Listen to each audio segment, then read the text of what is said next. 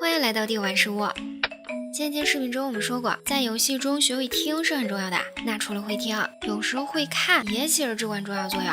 上次大家看到同学们最多的留言是不会听地脚风手啊，还看到一部分同学说不会看电击颤动。所以今天为了让你们看清电击到底是怎么颤动的，我们就拿出2个视频对比看一下，你们马上就会明白啦。因为不管是求生者还是监管者都可以看到电击颤动，所以分别来看一下。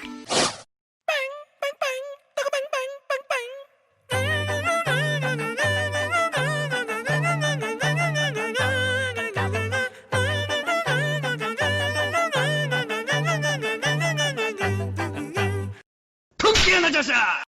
那优势就是作为求生者而言，如果在前期队友忘记发送修机信号，但你可以通过看附近颤动的电接，知道哪台是队友修过一部分的遗产机，进而补到队友电接。作为监管者来说，通过搜索颤动的电机可以直奔目标快速抓人，或是因前期节奏拖沓，后期通过电机颤动掌握电机位置，死守最后一台追回节奏。那上面提到了熟知队友修机位置，如果遇到不在我们旁边就看不到电机颤动的情况怎么办？这时候小雷达就起到作用了，也就是我们要说的第2个。学会看左上角小雷达，了解队友信号。每当队友发送不同类型信号，再结合小雷达反映出来的位置信息，我们就可以通过判断去了解当前很多情况。举个最简单的例子，从队友信号我们知道2个信息：右面招鬼，位置大推。同样我们也发送了信号，6轨的内部同学了解位置就不会往我们这里来。说到信号类型，其实相同信号在不同情况还有不同的含义，因为太多种情况了，这里大家就不详细说明了。如果同学们有兴趣的话，可以在评论区告诉我或者弹幕扣1，人数够多的话，我们就专门出一期关于信号在不同情况中的不同含义的视频。再来说第3个，学会看队友状态信息。说完了左上角小雷达，再来说右上角状态。我们知道右上角除了能反映队友血量外，还经常会有各种颜色的圆圈出现。那这些颜色分别代表什么呢？我们来依次解释说明一下出现的情况、作用和需要注意的问题。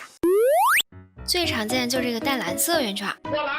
蓝色圈出现在求生者从椅子上被救下后，救人者与被救者身上。蓝圈就是救人者携带着天赋化险为夷，也就是我们经常说的搏命。那搏命的含义我们就不过多解释啦，因为大家肯定都了解。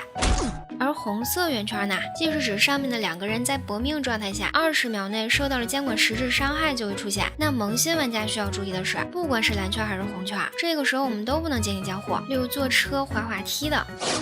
还有一种颜色是绿圈，经常用先知的同学肯定最熟悉啦。绿圈出现在谁身上，就代表队伍里的先知已经把鸟套给了谁。所以在游戏中需要注意的是，一旦出现过了绿圈，就说明先知已经用过了鸟，后面的发挥就不要再依靠队友的鸟啦，除非先知队友又藏了鸟。绿圈下了，红圈下了，这里就不得不提一下黄圈。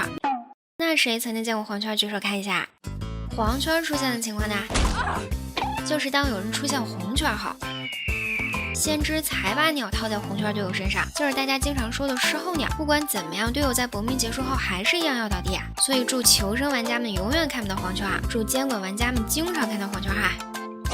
还有一个重点区分的是，与先知技能差不多颜色的深绿色圈，深绿色圈只会出现在守墓人身上，简单的说就是守墓人用了技能遁地。第4个要说的就是学会看空军开枪。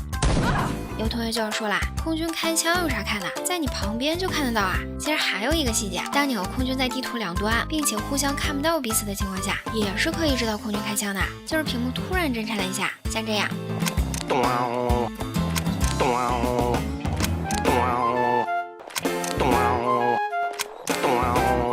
所以学会看空军队友是否开过了这一枪，很利于之后分析谁适合救人，开门战可不可以拖时间保人的问题。第5个，学会看监管角色。其实这个问题我们之前在实况中经常提到，像红蝶刹那生变、小丑拉锯可以听出来一样，有些监管即便不在旁边，我们也能看出来是谁。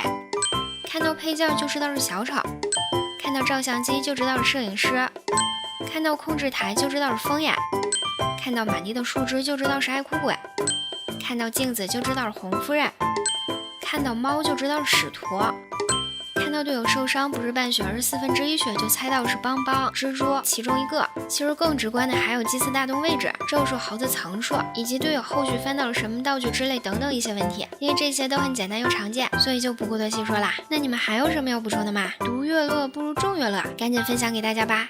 再见。